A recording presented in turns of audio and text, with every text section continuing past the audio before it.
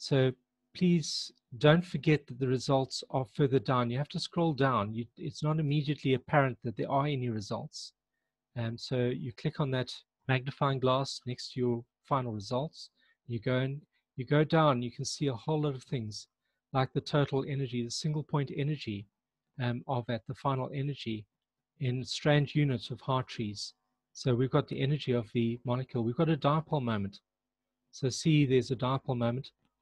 And the geometry optimization is quite interesting. So if you look at the magnifying glass there, this will jump us back to the top again over here. And you can see that to get to the optimum geometry, there was the first energy calculation. It changed some bonds and angles. Here's the second. And finally, it couldn't change it any better. So we've got our final energy over there. So there's the data. I'm going back to the molecule. Let's scroll down. So that's the sequence that it got, we had to go through to get to the optimum geometry. But of course, you can see there's lots else. There's the charges. It's calculated charges, partial charges on all atoms. And this is quite interesting because I know that a carbonyl should have a delta plus and delta minus. And yes, it does. You can see that the oxygen is a slight minus 0.166, and the carbon is slightly delta positive at 0.157. Let's scroll back down, see what else we can find in terms of results. Here we go. There are vibrational modes. Now, the molecule we're looking at has, if you can count the atoms, I think we've got 2, 4, 6, 8, 10, 12, 14 atoms, which means that in Cartesian coordinates, we've got 3 times 14, which I think is 42 coordinates, x, y, and z coordinates, which means in the Z matrix, we would have 3n minus 6. So in the Z matrix, you would have 36 coordinates that you would need to optimize in the Z matrix. We can have a look at the Z matrix a bit later, but there would be 36 items. When you do a vibrational analysis, it finds the same number of modes of vibration, and there should be, hang on, I've obviously done something slightly incorrect here, but there should be 3n minus 6 modes of vibration. Let me show you what they are. So you see these, the first frequency, I'm going to animate it there, and I hope you can see that there is some motion in that molecule. That is the first normal mode of vibration. A normal mode of vibration is a mode where all atoms are moving at the same frequency together. So if you pick these 2 atoms together, you can see that as this moves to the right, that one moves to the left. All atoms are moving in concert. So pick another 2 atoms, pick the oxygen, and pick this hydrogen over here, and you'll see that they are moving very slightly together. Have a look through it. You can find there are these normal modes of vibration.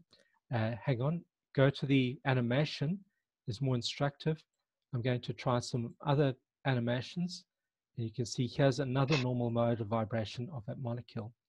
The normal modes of vibration are important in that any vibration in a molecule is a combination of normal modes of vibration.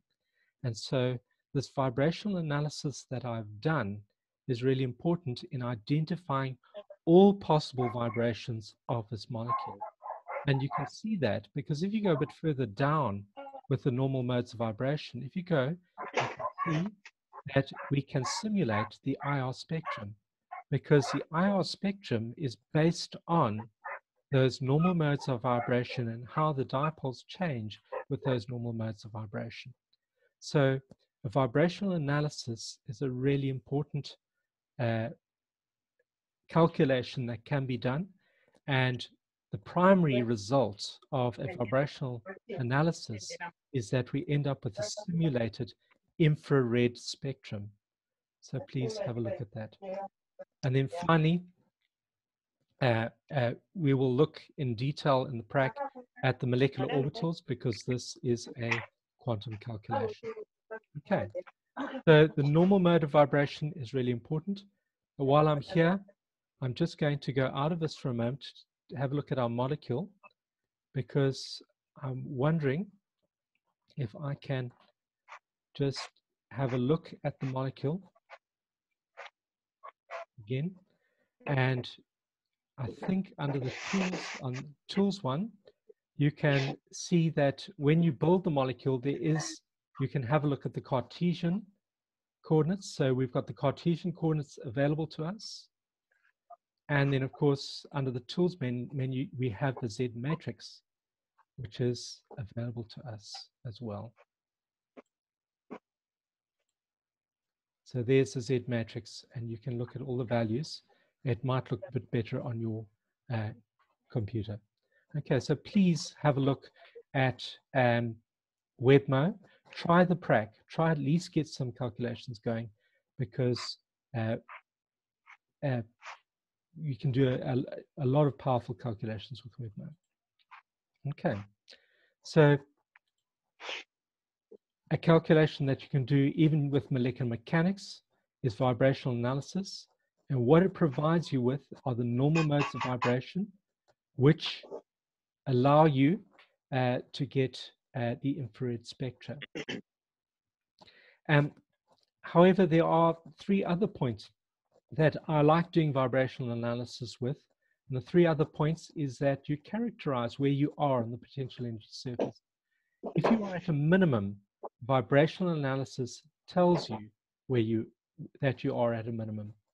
And of course, we will speak more in quantum mechanics about the 0-point vibrational energy. Is that often when you do vibrational analysis, you characterize that. When you quantize energy with quantum mechanics, you're not allowed to have no vibrational energy. Any molecule, even at 0 Kelvin, has to have vibrational energy. And so you can characterize that 0-point vibrational energy. And finally, when you do vibrational analysis, your free energy of formation of a molecule is also dependent on the vibrations. And so if you want an accurate free energy for your molecule, you will need to have the contribution from vibrations to that. And so you will need to do vibrational analysis if you want to have thermochemistry. Okay. So just a little point is that we will speak a bit later, that if you've got a molecule, sometimes it's not. Yes, is there a question? Yeah. If you have a molecule, it's sometimes easier not to work with their individual masses. But yes, hello. Is there a question? Okay. Can I please, if you've got a question, shout, make a noise. But for vibrational analysis, just please note that we don't use individual masses. It's easier in the maths to work with something that's called a reduced mass, and you'll see it more and more. And you can calculate the reduced mass mu in terms of the individual masses. It's just an aside. We're going to come back to this a bit later, is that the forces in a diatomic molecule are easier expressed, and the vibrations are easier expressed in terms of this mu, this reduced mass. And we're going to have to do a reduced mass calculation much later on in the course. So I just wanted to highlight that now, but I'm not going to spend more time on that.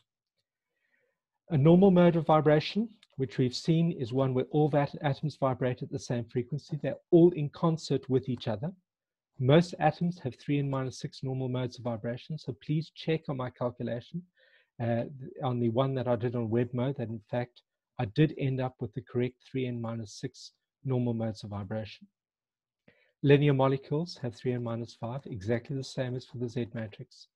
And it's interesting to note, another property of a normal mode of vibration is that the center of mass of a molecule is fixed. It does not change as the atoms move.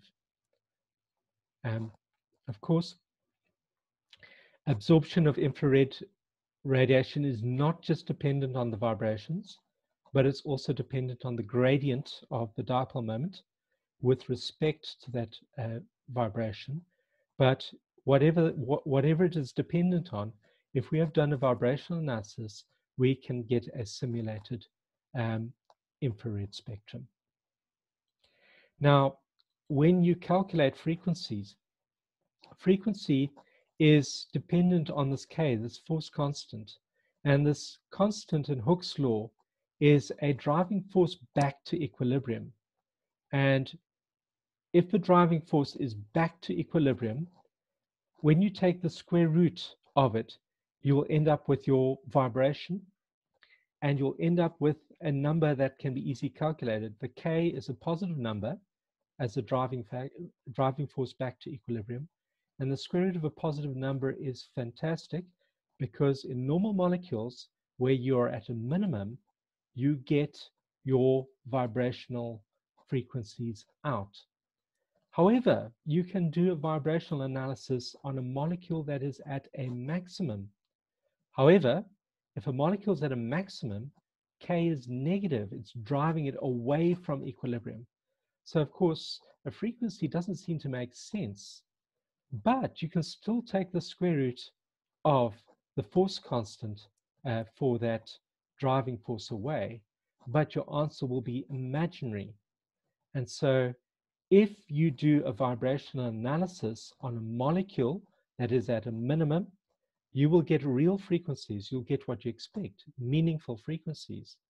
However, if the geometry of your molecule that you provide for vibrational analysis is at a maximum, the force constant is not right to give real frequencies, and you will get an imaginary frequency.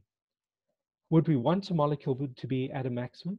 Yes. For a transition state, we definitely would want a molecule to be at a maximum, which means that if we do a vibrational analysis on a molecule that is at a transition state, we will get an imaginary frequency. And so we can confirm that a molecule's geometry is at a minimum, or a molecule's geometry is at a maximum on the presence of no imaginary or one or more imaginary frequencies.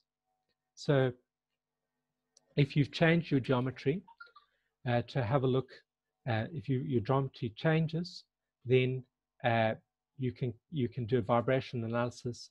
A vibration analysis at a minimum has no imaginary frequencies.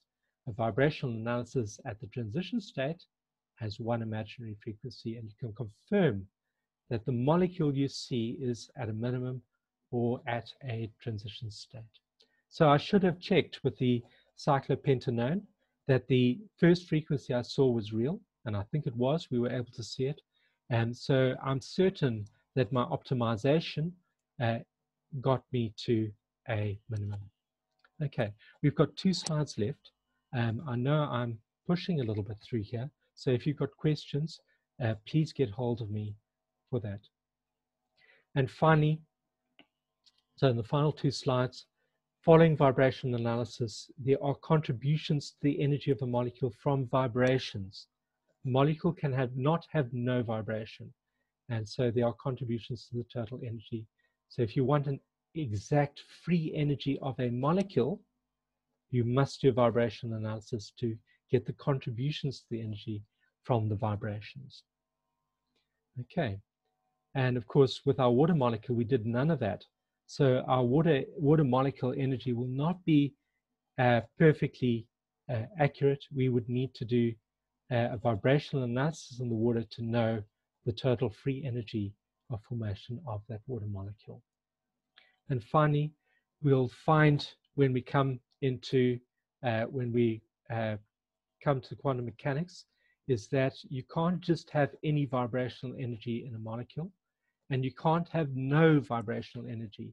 There are vibrational energy levels, and the lowest one is not at naught. The lowest one has some energy, and so a vibrational analysis normally will be able to characterize that 0 point vibrational energy. Okay, so we have run through a whole lot of things that can be calculated, types of calculations we can do, from a single point energy, which we can do easily, to a geometry optimization, to the potential energy surface, to conformational searches, and through to vibrational analysis. So these are the kinds of things that can be calculated with molecular modeling. And if you have a look at your prac, have a look at the prac on Are You Connected, and you'll find there's some even more that we can calculate. Right, before I sign out, are there any further questions?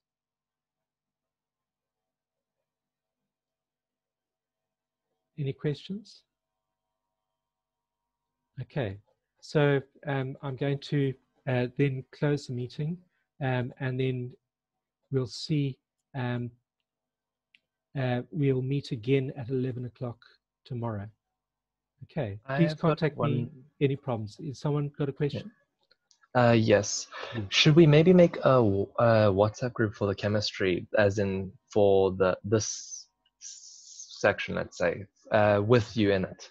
Absolutely, please do. Do you have my, just email me. I don't. And I will just drop me an email, and I'll send you my cell phone number straight away for that. Okay, cool. Thank you. Please do that quiz on Are You Connected? It's only by doing that quiz that I'll know that you are getting to grips with the work. And of course, if you're struggling with the quiz, get hold of me. Okay, so yes, another question?